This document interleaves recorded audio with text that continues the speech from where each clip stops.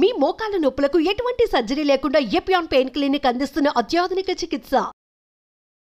మీ ఆహారం సరిగ్గా లేకపోవటం వల్ల అందరికీ ఏదో ఒక రోగం ఉంది. అది బీపీ కావచ్చు, డయాబెటీస్ కావచ్చు, క్యాన్సర్ కావచ్చు, ట్రైగ్లిజరైడ్స్ కావచ్చు, ఊబకాయం కావచ్చు, నిద్ర రాకపోవటం. సార్ నాకు నిద్ర రావట్లేదు, ట్యాబ్లెట్ తీసుకో. నిద్ర ఎందుకు రావట్లేదంటే అందరికీ ముఖ్యంగా ఈ వెలుతురు ఎక్కువై నిద్ర రావట్లేదు. రాత్రి దేవుడిచ్చింది చీకట్లో అందరూ పడుకోవాలి. చీకట్లో పడుకుంటే మీకు నిజమైన నిద్రకు మూలమైన అద్భుతమైన జీవ రసాయనిక రసాలు మీ మెదడులో సోరినప్పుడు నిజమైన నిద్ర వస్తుంది. ఆ నిజమైన నిద్రకు ట్రిగ్గరు చీకటి. ఆ చీకటిని మనం పారదోలుతున్నాము. రాత్రి లైట్ ఉందని వేసుకొని డ్యాన్సులు చేస్తున్నాము. పగలు నిద్రపోతే సరిగ్గా నిద్ర వచ్చినా నిజమైన నిద్రలో మీకేం జరుగుతుందంటే మీ దేహంలో రోగ నిరోధక శక్తి ఉత్పాదనం అవుతుంది. అంటే మీరు అందరూ నిద్రపోతున్నారు కానీ నిజమైన నిద్ర లేదు. ఎందుకంటే మీరు కాఫీలు తాగుతున్నారు, టీలు తాగుతున్నారు, సిగరెట్లు తాగుతున్నారు, ఆల్కహాల్ తాగుతున్నారు, తంబాకు నోట్లో వేసుకుంటున్నారు. ఇవన్నీ దుశ్చటాలు మానవ జాతికి తరతరాలుగా ఈ కంపెనీలు అందజేస్తున్న ఏమిటి ఇది ప్లేట్. ఇంత రాగి పలకం మట్టి కుండలో 20 లీటర్ల కిండలో పెడితే ఆ 20 లీటర్లు రాత్రికి రాత్రి మీకు శుద్ధమైపోయి స్ట్రక్చర్డ్ వాటర్ తయారవుతుంది. ఇలా అందులో ఉన్న వైరాణువులు, బ్యాక్టీరియాలు, కల్మషాలు అన్నీ ప్లేట్ మీదకి వచ్చేస్తాయి. నిజంగా మీరు వైరాణుల నుంచి దూరం ఉండాలంటే రాగి ఫలకము సృజించిన నీళ్లు తప్ప ఇంక ఏ నీళ్లు మీకు అవసరం లేదు, ఏ టెక్నాలజీ అవసరం లేదు. మీరు ఆర్ఓ వాటర్ తీసుకొచ్చినా చివరకు మట్టి కుండలో వేసి ప్లేట్ పెట్టండి, శుద్ధమవుతుంది. ఆ nano particles, plastic nano particles అన్నిటినీ ఇది పీల్చుకునేస్తుంది. అర్థమవుతుందా? అంటే మీరు చేయాల్సింది ఇంతే. అంటే రేపు నుంచి మీరు రాగి ఫలకము, రాగి బిందె, డబ్బులు ఎక్కువ ఉన్నాయంటే రాగి బిందెలు కొనుక్కోండి. 5,000 10,000 అవుతుంది. ఇది 200 రూపాయలు చాలు. మట్టి కుండలో 20 లీటర్ల మట్టి కుండలో వేస్తే చాలు, అద్భుతమైన నీళ్లు తయారవుతాయి. ఆ నీళ్లతో వంటలు వండుకోండి, ఆ నీళ్లతో తాగండి, ఆ నీళ్లతో స్నానం చేయండి. మీకు అద్భుతమైన ఆరోగ్యం 3 వారాల్లోనే తేడా కనిపిస్తుంది. ఈ ప్లాస్టిక్ పాలు తాగనే వద్దండి. పాలు మనకు అవసరం లేదు. అయ్యో పాలు పర్వాలేదు, కాఫీ టీలు ఎట్లా ఆపు చేసేది? ఆ కాఫీ పడకుంటే గాడినే మొదలు కాదు పొద్దున లేస్తే.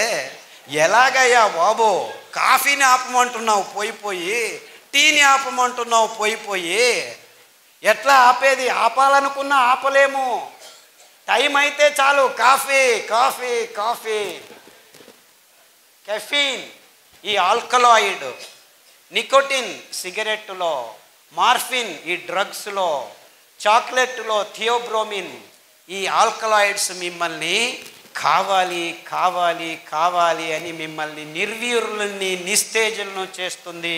కాఫీకి మీరు గులాములై పొద్దున్న లేస్తే కాఫీ లేకుంటే ఎవరి చుట్టూ చూడరు, మాట్లాడరు. ఎవరైనా మాట్లాడితే విసుగుతో అటు ఇటు వెళ్ళిపోతూ ఉంటారు.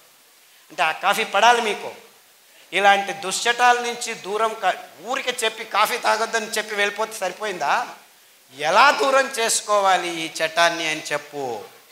కానుగ ఆకు కషాయం తాగండి, చమురు ఆకు కషాయం తాగండి, తిప్పతీగ ఆకు కషాయం తాగండి. 6 వారాల్లో మీకు కాఫీ అవసరం లేదు అనిపిస్తుంది. 6 నెలల్లో డ్రింక్స్ అవసరం లేదు అనిపిస్తుంది. 3 నెలల్లో సిగరెట్ను దూరం చేయొచ్చు. కానుగ ఆకు, నేను ఉత్తర కర్ణాటకలో ఇలాగే ప్రయాణం 4-5 రోజులు చేసేవాడిని, 100 కిలోమీటర్లు. ఆ డ్రైవరు ప్రతిసారి అలా నిలిపేది, నోట్లో పెట్టుకునేవాడు తంబాకు.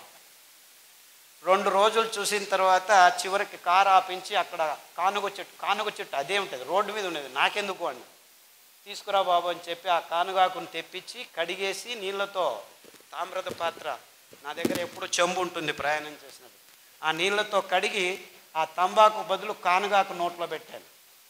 2 సార్లు చేస్తే 3వ సారి వాడు తంబాకు బదులు కానుగాకు పెట్టుకుని ఆ రసాన్ని పీలుస్తూ 6 రోజుల్లో తంబాకు నుంచి అప్పుడే వాడికి నోట్లో క్యాన్సర్ వచ్చింది. 6 వారాల్లో ఆ గాయం బాగైపోయింది. అంటే ఆ కానుగ ఆకు కషాయంలో ఇలాంటి దుశ్చటాల్ని దూరం చేసే గుణం ఉంది. అదే రీతి చమురు ఆకు, అదే రీతి తిప్పతీగ ఆకు. సో ఒక వారం కానుగ కషాయం, ఒక వారం తిప్పతీగ కషాయం, ఒక వారం చమురు ఆకు కషాయం మీరు వరుసగా క్రమం తప్పకుండా 9 వారాలు తాగితే పడిగడుపున కాఫీలు అందరూ ఏం చేస్తారు, టిఫిన్ బాగా లాగించి కాఫీ తాగుతారు. ఇప్పుడు మీరు లాగించే ముందు కషాయం తాగండి. ఎందుకంటే మొత్తం మీ పచననాళంలో అక్కడికక్కడ పీల్చుకొని మీ రక్తంలోకి ఈ అద్భుతమైన పరమాణువులు వెళ్ళి మీ నరాల దౌర్బల్యాన్ని, ఆ నిస్తేజాన్ని, నిర్వీర్యాన్ని మీ దేహం నుంచి దూరం చేయాలంటే ఇంత సింపుల్గా ఉంది సొల్యూషన్. కానీ మీరు ఈ దూరం కావాలి అనేది మీ మనసులోకి రావాలి. ఆ దూరం చేసుకోవాలి అనుకుంటే చాలు, దేవుడు ప్రకృతిలో అద్భుతమైన పదార్థాలను ఇచ్చాడు. మీకు ఆరోగ్యాన్ని ప్రసాదించే అద్భుతమైన కానుగ చెట్టు మన దేశంలో ఎక్కడంటే అక్కడ పెరుగుతుంది. చమురు చెట్టు గింజలు పడేస్తే మీరు చూడకుండానే చమురు చెట్లు పెరుగుతాయి. ఎవరు ఏమీ చేయాల్సిన పని లేదు, 1 పైసా ఖర్చు లేదు. తిప్పతీగ తెలుసా మీకు అది ఎలా పెరుగుతుందో? అమృతబల్లి అంటారు దాన్ని. అంటే మీరు అది వద్దు చీ అని పారేసి చించి పడేసి పైన ఆ గోడ మీద కట్టేయండి. ఆ గోడ మీద కట్టండి. 3 వారాల తర్వాత చూడండి, ఇలాంటి భయంకరమైన కాంక్రీట్ ఉన్న రూములో కట్టినా కానీ మీరు ఏమీ చేయకుంటే 3 వారాల్లో అది వేరు వదిలి మెల్లిగా వెళ్ళి మన్నును గర్తించి అక్కడ ఆకు మొదలు పెడుతుంది. అంటే మీరు చంపినా చచ్చింది అనుకున్నా 3 వారాల్లో మళ్ళా జీవాన్ని వస్తుంది. అందుకే దాన్ని అమృత బల్లి అంటారు సంస్కృతంలో. అదే తిప్పతీగ, అది మీకు అమృతంలాగా పనిచేస్తుంది అన్నమాట. ఆ ఆకు కషాయం అమృత బల్లి. ఈ ఆకుల కషాయాలు మీ దేహంలో నవచైతన్యాన్ని పుట్టిస్తాయి. అలాంటి కోవకు చెందిందే పునర్నవ అని ఇంకొక ఆకు ఉంది. అది తెల్ల గలిజేరు, అటుకు మామిడి ఆకు, ఎర్ర గలిజేరు అని మన వాళ్ళు వైపు ప్రాంతాల్లో పిలుస్తారు. ఆ ఆకు కషాయం తాగితే మీ కిడ్నీలో డయాలసిస్కి వెళ్ళిపోతున్నారు కదా, క్రియాటినిన్లు ఎక్కువయ్యే వాళ్ళందరినీ వరుసగా మళ్ళా క్రియాటినిన్ 1కి తీసుకురావచ్చేదానికి ఈ పునర్నవ కషాయం, కొత్తిమీర కషాయం, రణపాల ఆకు కషాయం మీరు 3 వారాలు 9 రౌండ్లు చేస్తే క్రియాటినిన్ 8, 9 రేపు డయాలసిస్కి పోవాలి అని వచ్చిన వాళ్ళు 100 మంది 1000 మంది నా యూట్యూబ్ లెక్చర్స్ విని క్రియాటినిన్ మళ్ళా 1కి వచ్చింది సార్ నాకు 6 నెలల్లో, అరికలు సామలు తిన్నాము, ఈ కషాయాలు తాగాము అని ఫోన్ల మీద ఫోన్లు చేస్తూ ఉంటే అప్పుడప్పుడు నాకు తలకు కొద్దిగా వెర్రెక్కుతుంది. అబ్బో ఇంత మంచి పనులు చేస్తున్నానా అని. నేనేమీ చేయట్లేదురా పిచ్చోడా, అవి చేసేది ఆ తీగలు, ఆ కషాయాలు, ఆ అరికలు, ఆ సామెలు, వీటన్నిటినీ పుట్టించింది ఆ భగవంతుడు. అద్భుతమైన పదార్థాల్ని ఆయా దేశాల్లో ఆయా జాగాల్లో ఆ నీళ్లకు ఆ మన్నిన రచనకు తగినంత అద్భుతమైన వైవిధ్యమైన పదార్థాల్ని అలా విచ్చలవిడిగా పెంచుతున్నాడు. ఎవరి కోసం? నీ కోసం, నీ చుట్టూ ఉన్న జంతుజాలం కోసం. ఈ అద్భుతమైన చెట్లు తీగలు 100,000 కోట్ల సంవత్సరాల నుంచి ఈ భూమి మీద ఉన్నాయి, పచ్చతనాన్ని కాపాడుకుంటున్నాయి. ఈ జీవజాలానికి ఆహారమే కాదు, ఆరోగ్యం తప్పిపోతే, అనారోగ్యం వస్తే దాని నుంచి బయటపడడానికి కావలసిన 1000 శతకోటి రూపాల్లో మందుల్ని తయారు చేసుకుంటూ, అది సింహం కావచ్చు, పులి కావచ్చు, ఎలుక కావచ్చు, లేకపోతే పాము, విషం అనుకునే ఆ పాము కూడాను కావలసిన ఆరోగ్యాన్ని ఇచ్చే అద్భుతమైన ఈ చెట్ల సంపదని మనం కసిగా పని కట్టుకొని, నా దగ్గర టెక్నాలజీ ఉంది, ఒక్కరోజు రాత్రే నేను 1000 ఎకరాల అడవుల్ని నాశనం చేయగలను అని చెప్పి నాశనం చేసి అందులో సోయాబీన్ మొక్కను పెంచి దానికి తోడు మొక్కజొన్నను పెంచి రెండింటినీ కలిపి రసాయనిక ప్రచోదక పదార్థాలని మేళవించి పశుగ్రాసం తయారు చేసి 2 నెలల్లో 2 కేజీలు కోళ్ళ మీద మాంసం పడేస్తాను, అది 2 సంవత్సరాలు ఆగటం ఎందుకు? 3 సంవత్సరాలు 300 కేజీలు పడే పంది మీద 3 నెలల్లోనే 300 కేజీలు వచ్చేట్లు చేస్తాను, నేను బయోటెక్నాలజీ సైంటిస్ట్ని అని చెప్పి 3 నెలల్లో 300 కేజీ మాంసం తయారు చేసే పందుల్ని, 6 నెలల్లో 600 కేజీలని మై మీద మనిషి దేహం మీద వేసుకునే ఆవుల్ని సృష్టిస్తే అందులో ఎముకలు పెరగక మాంసం ఎక్కువ అవుతూ ఉంటే ఎముకల మధ్య పెరగకుండా ఆ దేహంలో రోగాలకు పుట్టైన వైరస్సులు చోటు చేసుకుని mad cow disease, swine flu, H5N1 కోడి జ్వరము, పక్షి జ్వరం అని వస్తుంటే అవన్నీ మాకేం సంబంధం లేదు. Match the following: swine flu పంది, బర్డ్ ఫ్లూ కోడి, మ్యాడ్ కౌ డిసీజ్ కవ్వు. ఇది చిన్న 1వ తరగతి పిల్లోడికి చెప్తే మ్యాచ్ చేస్తాడు, కానీ మాకేమీ తెలియదు, ఇవన్నీ ఎందుకు వస్తున్నాయో తెలియదు. H5N1, ఓ దాన్ని చంపేయండి. ఓ డెంగ్యూ, దోమలను చంపేయండి. నీఫా, గబిలాలను చంపేయండి. రోగం ఎవరికి వస్తుండేది? మిమ్మల్ని చంపేద్దామా? సో చంపటంలోనే ఉంది మానవ జాతి. తాను చస్తున్నానని గుర్తించలేకలేని దీనస్థితిలో మానవ జాతి ఉంది. నీకొచ్చింది రోగం, నీ రోగ నిరోధక శక్తి లేచిపోయింది ఈ గడిచిన 40 సంవత్సరాల్లో అని ఏ విజ్ఞాని మీకు చెప్పట్లేదు.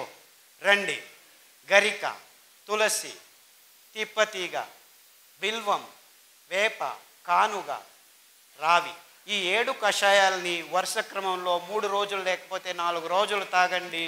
28 రోజులు తాగితే వచ్చే 2 సంవత్సరాలు మీకు డెంగ్యూ లేదు, పంగు లేదు, మలేరియా లేదు, ఏమీ లేదు.